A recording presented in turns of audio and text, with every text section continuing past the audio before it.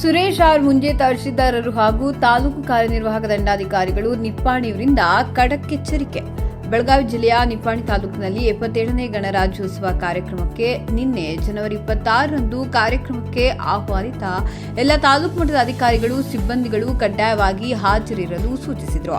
ಆದರೂ ಕೂಡ ಕೆಲ ಅಧಿಕಾರಿಗಳು ಸಿಬ್ಬಂದಿ ವರ್ಗದವರು ರಾಷ್ಟ್ರೀಯ ಹಬ್ಬ 77ನೇ ಗಣರಾಜ್ಯೋತ್ಸವ ಸಂಭ್ರಮಕ್ಕೆ ಬಾರದೆ ಗೈರಾಗಿರುವ ಕೆಲ ಇಲಾಖೆಯ ಅಧಿಕಾರಿಗಳು ಹಾಗೂ ಸಿಬ್ಬಂದಿ ವರ್ಗದವರು ಗೈರಾಗಿದ್ರು.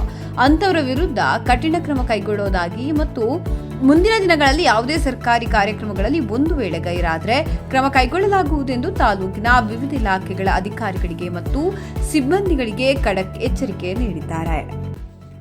ನಿನ್ನೆ ನಿಪ್ಪಾಣಿ ಪಟ್ಟಣದಲ್ಲಿ 77ನೇ ಗಣರಾಜ್ಯೋತ್ಸವ ಕಾರ್ಯಕ್ರಮವನ್ನು ತಾಲೂಕು ಆಡಳಿತ ವತಿಯಿಂದ ಅತ್ಯಂತ ಅಚ್ಚುಕಟ್ಟಾಗಿ ಹಮ್ಮಿಕೊಳ್ಳಲಾಗಿತ್ತು.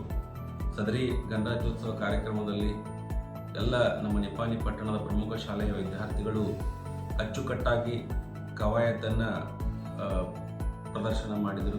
ಅಚ್ಚುಕಟ್ಟಾಗಿ ಪ್ರದರ್ಶನ ಮಾಡಿದರು. ಜೊತೆಗೆ ಎಲ್ಲ ಸಾಂಸ್ಕೃತಿಕ ಕಾರ್ಯಕ್ರಮಗಳು ಶಾಲಾ ಮಕ್ಕಳು ಕೂಡ ಒಳ್ಳೆಯ ರೀತಿಯಿಂದ ತಯಾರಿ ಮಾಡಿ ಪ್ರದರ್ಶನ ಮಾಡಿದರು. ಜೊತೆಗೆ ಕಾರ್ಯಕ್ರಮದ ವೇದಿಕೆ ಆಗಿರಬಹುದು ಎಲ್ಲ ಕಾರ್ಯಕ್ರಮಗಳು ಅತ್ಯಂತ ಅಚ್ಚುಕಟ್ಟಾಗಿ ನಿರ್ವಹಣೆ ಆಗಿದ್ದನ್ನು ನಾವು ಕಾಣ್ತೇವೆ. ಅದಕ್ಕೆ ನಾನು ತಾಲೂಕು ಆಡಳಿತ ವತಿಯಿಂದ ಮಾನ್ಯ ಕ್ಷೇತ್ರ ಶಿಕ್ಷಣಾಧಿಕಾರಿಗಳಿಗೆ ಹಾಗೂ ಸಂಬಂಧಪಟ್ಟ ಶಿಕ್ಷಕರಿಗೆ ವಿದ್ಯಾರ್ಥಿನಿಯರಿಗೆ ಅಭಿನಂದನೆಗಳು ಸಲ್ಲಿಸ್ತೇನೆ.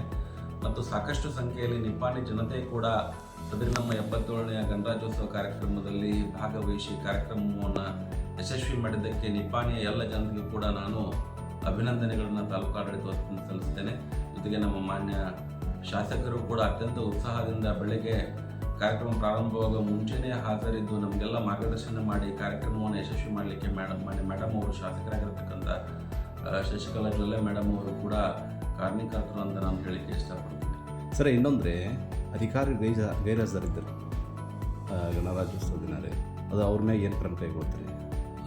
ಸರಿ, ನಾನು ಈ ಗಣರಾಜ್ಯೋತ್ಸವದ ಪೂರ್ವಭಾವಿ ಸಭೆಯಲ್ಲೇ ಎಲ್ಲ ನನ್ನ ತಾಲೂಕಾ ಮಟ್ಟದ ಅಧಿಕಾರಿಗಳಿಗೆ ನಿಪ್ಪಾಣಿಯಲ್ಲಿರ್ತಕ್ಕಂಥ ಎಲ್ಲ ತಾಲೂಕಾ ಮಟ್ಟದ ಅಧಿಕಾರಿಗಳಿಗೆ ಮತ್ತು ಸಂಬಂಧಪಟ್ಟ ಸಿಬ್ಬಂದಿ ವರ್ಗ ಕಡ್ಡಾಯವಾಗಿ ಗಣರಾಜ್ಯೋತ್ಸವದ ತಾಲೂಕು ಆಡಳಿತದಲ್ಲಿ ಕಾರ್ಯಕ್ರಮವರೆಗೆ ಹಾಜರಿರಲಿಕ್ಕೆ ನಿರ್ದೇಶನ ಕೂಡ ನೀಡಿದ್ದೆ. ಆಮೇಲೆ ನಾನು ಪ್ರತಿ ತಾಲೂಕಾ ಮಟ್ಟದ ಅಧಿಕಾರಿಗಳಿಗೆ ನಮ್ಮದು ಗ್ರೂಪ್ ಇದೆ, ವಾಟ್ಸಪ್ ಗ್ರೂಪ್ನಲ್ಲೂ ಕೂಡ ಗಣರಾಜ್ಯೋತ್ಸವ ದಿನ ಎಲ್ಲ ತಾಲೂಕಾ ಮಟ್ಟದ ಅಧಿಕಾರಿಗಳು ಕಡ್ಡಾಯವಾಗಿ ಹಾಜರಿದ್ದು